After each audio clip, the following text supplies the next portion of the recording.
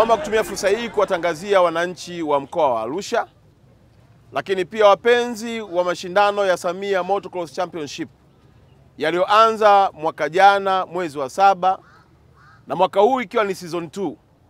Mashindano ambayo yanajumuisha vipaji vya vijana wetu na watu wenye umri wa kati, hata wazee pia, wenye uwezo wa kuendesha pikipiki, na tumejumuisha pia mashindano ya baskeli na nafasi pia ya wanawake katika mashindano hayo. Msimu wa pili wa Samia Motocross Championship tumeongeza zawadi kutoka mshindi wa kwanza milioni 10 kwenda milioni 15, na kutoka mshindi wa pili milioni 7 kwenda milioni 10, na kutoka mshindi wa tatu milioni 3 kwenda milioni 5. Na hapo pia tumezingatia pikipiki za expert kama hizi, kuna MX1, kuna MX2, kuna MX3, lakini pia tumejumuisha na bodaboda, na mshindi wa upande wa bodaboda atachukua takriban milioni 5. Tunataka mashindano haya si tu yawe chachu ya vijana wa mkoa wa Arusha, lakini pia iwe alama ya mkoa wetu katika mashindano haya kwa Afrika na dunia kwa ujumla.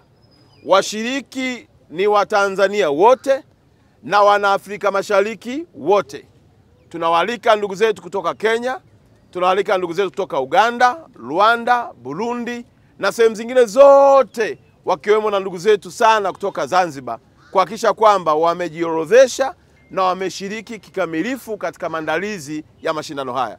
Tunakwenda kutengeneza uwanja wetu kuwa uwanja wa kisasa. Na niwaambie ndugu wa Tanzania, uwanja wetu tunakwenda kufukia makontena 3. Kutakuwa na matuta lenye urefu wa usawa wa kontena. Kwa hiyo kontena litakaa chini, juu yake tutaweka udongo, litakuwa tuta. Tutatengeneza hayo 3. Lakini pia tunaenda kutengeneza uwanja bora kabisa wa kimataifa, kuhakikisha kwamba kuna maeneo ya matairi, kuna vikwazo vya aina mbalimbali, mpaka na mabwawa wataingia watu kwenye maji, watatoka na tumpate mshindi.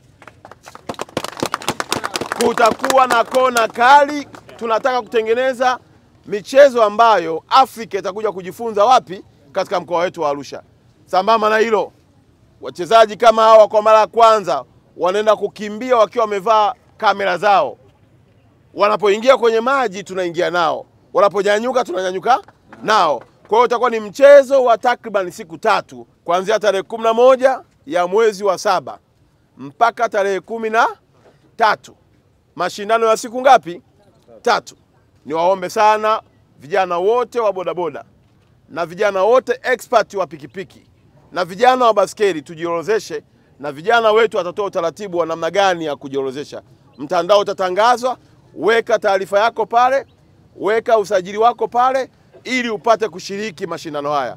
Mashindano haya yanakwenda kuwa chachu na chanzo kingine cha kipato, lakini pia kuongeza heshima na thamani ya vijana ambao walikuwa wanaonekana kama ni wezi, wahuni, bali ni vijana wanaotafuta na wenye vipaji ambao serikali ya mkoa tumeamua kuwashika mkono. Na Daktari Samia aliyeweza kulipia tiketi za ndege za hawa ndugu na kuwapa pasipoti, ameahidi atatupa kila aina ya sapoti kuhakikisha kwamba vijana wa bodaboda na maexpert wa pikipiki katika mkoa wa Arusha na Tanzania kwa ujumla wanaendelea kufurahia amani ya nchi yao, kufurahia upendo na mshikamano na uchumi wa Tanzania.